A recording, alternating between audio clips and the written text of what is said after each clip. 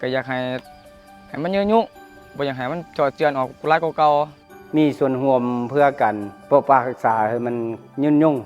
เฮาก็อยากให้เห็นธรรมชาติเขียวงามกลางคืนเนาะถ้าเฮายังคิดว่าส่วนที่มันรักษาไว้ได้ก็ควรรักษาจังซี่นะมันสิบ่เกิดขึ้นมาให้เฮาคือตลอดเป็นกวงเป็นฟ้านเนาะเป็นทนีเป็นหยังก็อยากคงอยู่น้ำป่าไม้นี่ไปสู่ลูกสู่หลานเฮา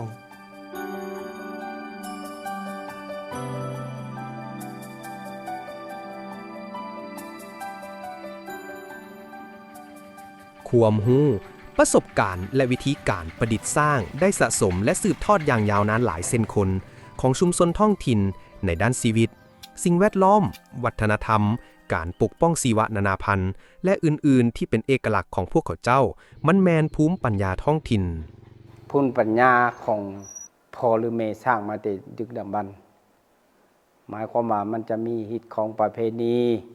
มันจะมีทุกๆอย่างที่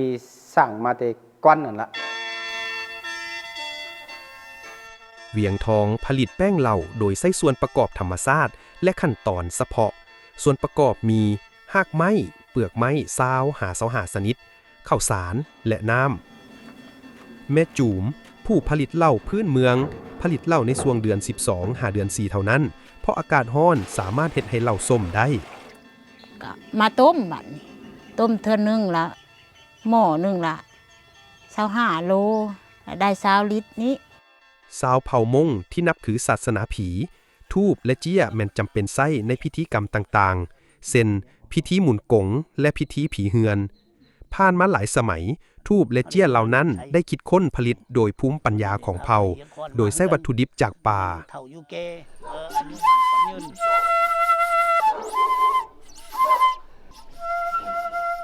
ต๊อดแม่นเครื่องดนตรีหลักของชนเผ่ากึหมุในพิธีกรรมต่างๆเช่นบุญเกลืองานดองและงานขึ้นเหือนใหม่หากบ่มีต๊อดพิธีกรรมต่างๆอาจบ่สามารถสำเร็จได้พืชชนิดต่างๆจะอาจเป็นใบหมากดอกลำเปลือกและหากแสดงให้เห็นถึงความสัมพันธ์ที่แน่นแฟ้นระหว่างวิถีชีวิตของชุมชนกับทรัพยากรธรรมชาติและเน้นย้ำถึงความสำคัญของการอนุรักษ์เพื่อความยืนยงในอนาคตการตัดไม้และจูดป่าทำให้ป่าไม้ลดลงและชีวนานาพันธุ์ถูกทำลายพืชน้ำและสัตว์ป่าหายไปความเสื่อมโทรมของสิ่งแวดล้อมบ่เพียงแต่กระทบต่อธรรมชาติแต่ยังคุกคามความมั่นคงในการดำรงชีวิตของคนท้องถิ่นคิดเบิ่งเฮ็ดเหล้าเฮ็ดยานี่เฮ็ดแป้งนี่คันว่าทำลายบ่แล้วจูดเหล้าเผาป่าบ่แล้วก็บ่มีได้ว่านี่ไม่ทุบไม่เฮาเฮ็ดฮิตคองนี่ก็เฮียงสิหมดไปเฮียงสิบ่ไปซอกไหลบัดนี้ฮอดยามฤดูน้ำขึ้นมามันก็ซ้อเข้าไปเรื่อยแนวบ่มีต้นไม้ที่ว่าสิดึงไว้การหาอยู่หากินก็ป่าก็หาบ่หลายประชาชนนี่ก็หันไปเฮ็ดเผือกเฮ็ดมันก็ได้ตัดไม้ทำลายป่าของเก่าหั่นแหละป่าไม้บ่เพียงแต่ให้อากาศหายใจแก่พวกเฮาแต่ยังหล่อเลี้ยงกกเข้าแห่งภูมิปัญญาและประเพณีที่บรรพบุรุษได้สืบสานต่อกันมาการสูญเสียป่าไม้ก็เหมือนสูญเสียวิถีชีวิตที่ผูกพันกับธรรมชาติโอ้สำคัญแหละคันว่าบ่มีป่าไม้เฮาก็ถือว่าบ่มีเด้สิแนวหาได้เพื่อรักษาความอุดมสมบูรณ์ของป่าไม้และชีวนานาพันธุ์ชุมชนที่อาศัยอยู่ใกล้ป่าได้ลุกขึ้นมาร่วมกำหนดกฎระเบียบของตนเองพวกเขาออกลาดตระเวนป่าเพื่อป้องกันการลักลอบตัดไม้และการล่าสัตว์แบบผิดกฎหมายจัดกิจกรรมให้ความรู้และส่งเสริมการใช้ประโยชน์จากป่าอย่างรับผิดชอบอยู่ในป่าดำดงเฮาก็บ่ได้ทำลายมันอีกมีแต่ไปหาขุดเอาหากมันถากเอาเปลือกมันนั้นเด็ดเอาง่ามันนี่ซื้อปีนึง2ปีมันปงมาอีกแทนขึ้นอีกแบบว่าล่ามันถึกฤดูกาลเพื่อ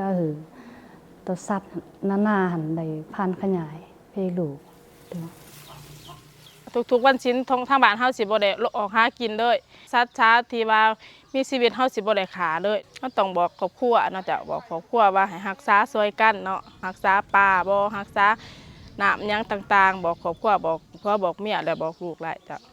เฮาต้องเฮ็ดหลายบรรดาชุมชนเข้าใจดีว่าการปกปักรักษาทรัพยากรธรรมชาติและชีวนานาพันธุ์บ่เพียงแต่การปลูกต้นไม้หรือการห้ามตัดไม้ทำลายป่าเท่านั้น แต่แม่นการเสื่อมโยงภูมิปัญญาท้องถิ่นเพื่อปกปักรักษาชีวนานาพันธุ์และทรัพยากรธรรมชาติให้ยืนยงจะปลูกทดแทนจัดหน่วยงานที่รัฐตะเวนแต่พ่อก็อยากสั่งกองทุนหนึ่งที่เพื่อการปกปักรักษาและคุ้มครอง